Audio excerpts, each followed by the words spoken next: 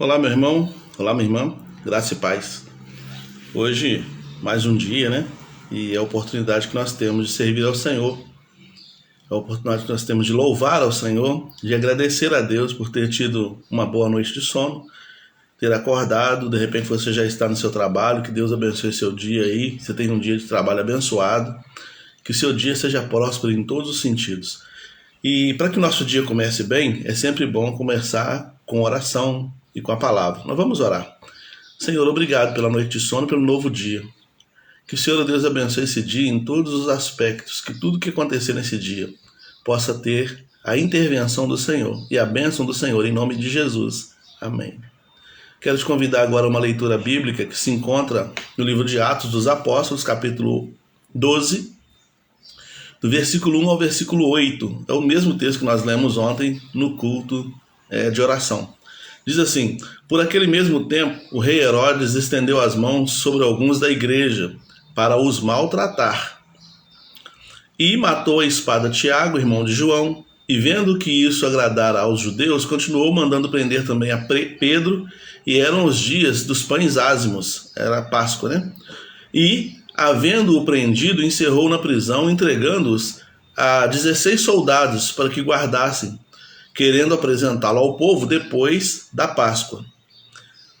Pedro, pois, era guardado na prisão, mas a igreja fazia contínua oração por ele a Deus. E quando Herodes estava para o fazer comparecer, nessa mesma noite estava Pedro dormindo entre dois soldados, ligado com 2 cadeias, e os guardas diante da porta guardavam a prisão. E eis que sobreveio o anjo do Senhor, e resplandeceu uma luz na prisão, e tocando a Pedro no lado, o despertou, dizendo: levanta-te depressa. Caíram-lhe das mãos as cadeias, e disse-lhe o anjo: cinge-te e ata as tuas sandálias. E ele o fez assim. Disse-lhe mais: lança às costas a tua capa e segue-me. E assim Pedro então foi liberto da prisão. O que a gente observou aqui, o que a gente observa nesse texto, é que Lucas deixa bem claro que houve uma pausa de perseguição. No princípio, até o capítulo 9, os cristãos eram perseguidos pelos judeus. No capítulo 9, um maior perseguidor da igreja, que era Paulo, se converte. Então tem uma pausa ali, a igreja começa a fluir, acontecendo. Ela vai crescendo e acontecendo sem maiores complicações, até chegar nesse capítulo 12, e aí a perseguição começa a partir do poder político, a partir do poder do Império Romano. Então Herodes começa a prender cristãos, começa a matar cristãos, então ele mata Tiago, ele prende alguns, prende Pedro. Pedro, Tiago e João eram líderes da igreja. Então ele mata o Tiago, prende o Pedro, e o objetivo dele é tentar desarticular todo o grupo de cristãos que estava cada vez maior. E o texto é muito claro em dizer o seguinte: vendo ele que isso era bom para os judeus, quer dizer, perseguir a igreja era bom para os judeus porque não ameaçava, tirava um problema dos judeus, né? Porque o cristianismo, ele mostrava as falhas do judaísmo. Ele estava desarticulando o judaísmo. Ele crescia muito porque também ele estava desarticulando o judaísmo. E então os judeus tinham o objetivo de tentar parar o cristianismo, né? Tanto é que Jesus foi morto por causa desse conchavo entre religião e política, onde eles transformaram o problema de Jesus, que se dizia rei dos judeus. Jesus era o rei dos reis, mas os judeus se sentiam ameaçados com a ideia de que ele era o Cristo, né? Que ele se dizia o Cristo, que ele é Deus, e os romanos se sentiam ameaçados pelo fato de ele falar que era rei. Então juntou as duas coisas e ele foi morto por causa disso. É claro que era um plano maior, um plano perfeito, um plano de Deus, mas eu estou falando no sentido sociológico. Aqui então você vê novamente o poder político sendo envolvido nessa questão de tentar desarticular o movimento cristão, e isso era bom para os judeus. Aí a gente vê então a morte de Tiago, a prisão de Pedro, e eu quero ressaltar aqui na mensagem de hoje, nessa reflexão que nós temos aqui alguns minutos ainda para conversar, eu quero ressaltar aqui o poder da intercessão, porque a Bíblia diz que a igreja estava sendo perseguida, mas a igreja não parava de atuar. Atualmente a igreja não recebe uma perseguição, entre aspas, né? A gente tem perseguições as mais diversas, mas nesse sentido aqui, de ameaça de morte, não. A igreja continua, pelo menos aqui no Brasil, na maioria dos estados brasileiros, a igreja continua fluindo normalmente, acontece normalmente. E talvez isso seja um problema. Alguém disse para o pastor assim: pastor, se nós formos mais perseguidos, nós seremos melhores cristãos? Ele falou assim: nós seremos perseguidos se formos melhores cristãos. Ou seja, não é a perseguição que faz o crente ser mais perseguido. É a vida cristã genuína que movimenta a perseguição contra a igreja, porque eles eram cristãos genuínos, é que eles eram perseguidos, né? Então, a Bíblia vai dizer aqui que Pedro estava preso.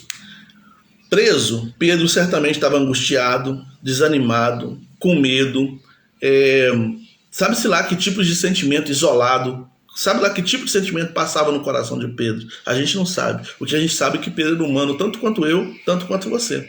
A gente não pode pensar que Pedro era um super-homem, mas ele tinha também as dificuldades dele de um ser humano normal, né? 16 soldados prendiam Pedro e ele tinha já uma data marcada na qual ele seria, de repente, como é que eu vou dizer, chicoteado, morto, qualquer coisa em público. Ele só estava esperando passar a Páscoa, respeitando o calendário judaico.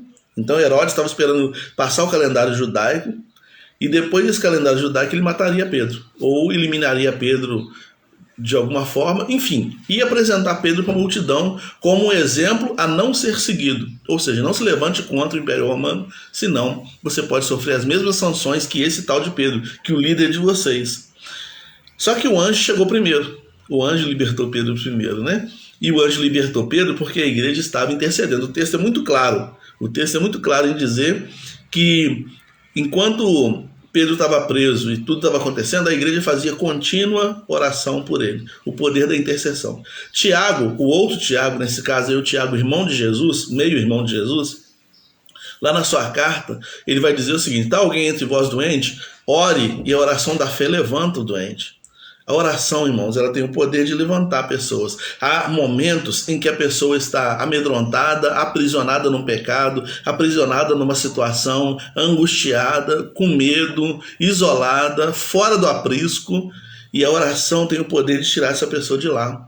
A oração tem poder de movimentar o céu e levantar essa pessoa de lá. Nesse momento que a pessoa está nessa condição, de repente ela não tem ânimo para orar. Eu estava conversando com um rapaz há muitos anos atrás, conversando com um rapaz que era desviado da Assembleia de Deus.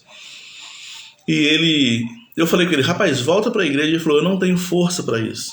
Eu não tenho força, eu não consigo. No princípio, quando eu saí da igreja e eu queria cultuar a Deus em casa, eu ainda orava. Mas depois eu comecei a ver que não tinha nada a ver eu ficar orando se eu não ia na igreja. Então uma coisa começou a puxar a outra. Parei de ler a Bíblia em casa, parei de orar em casa. Ele se tornou um desigrejado e achou que podia servir a Deus sozinho. O que aconteceu é que ele ficou desviado e falou: agora eu não tenho força para retornar. Então as pessoas que estão aprisionadas precisam de intercessão. Às vezes a gente julga, às vezes a gente acha: esse meu parente não tem jeito, meu marido não tem jeito, minha esposa não tem jeito, meu filho não tem jeito. Para você não tem jeito mesmo não.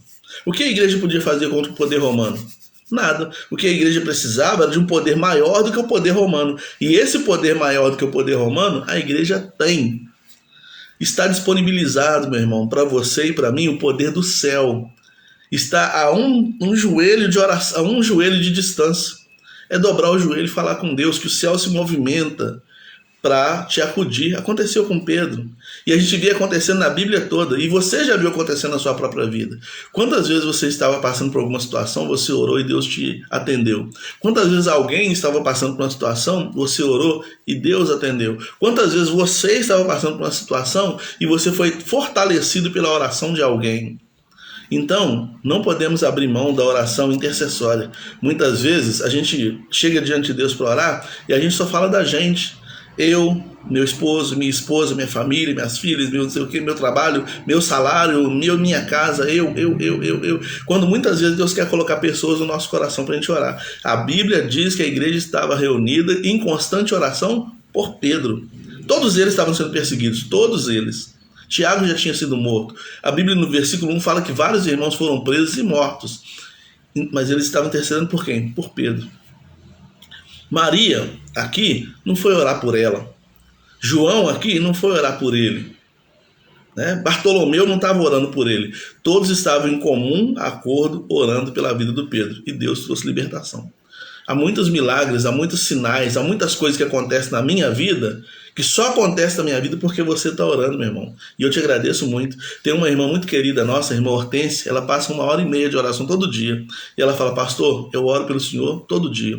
E eu já ouvi de outros irmãos, eu ouvi de famílias, né? Pastor, a minha família se reúne de manhã e a gente ora pelo Senhor todo dia. E é muito bom ouvir isso, porque de repente você olha o pastor no púlpito pregando, você olha o pastor evangelizando, você olha o pastor fazendo uma live, parece que é fácil, mas não é. Você olha o pastor fazendo a obra, nossa, esse pastor só está de pé porque você está orando. Pedro só foi liberto porque a igreja estava orando. Você só está de pé porque tem gente orando por você, sabe? Eu me lembro que quando eu me converti, tinha uma família que já era da igreja Casa da Bênção, eles se converteram alguns meses antes de mim.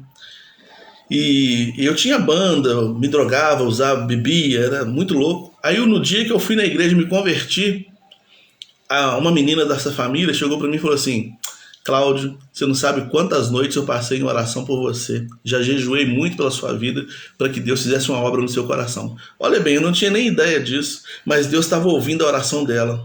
Deus estava ouvindo a oração dessa família e me salvou, me tirou daquele lamaçal de pecado do qual eu estava envolvido. Então tem pessoas que estão no lamaçal de pecado hoje e a gente precisa orar, a gente precisa interceder. A gente precisa orar para que a igreja se fortaleça, orar uns pelos outros, nos fortalecer em oração, emprestar um pouco de fé para o outro. Você empresta dinheiro, você que tem dinheiro sobrando aí, você empresta dinheiro para alguém? Por que você não empresta um pouco de fé? Né? As pessoas te emprestam dinheiro quando você precisa, por que também você não pede às pessoas para emprestar um pouco de fé? Olha, irmão, estou passando por uma luta aqui, eu preciso de oração, ore por mim.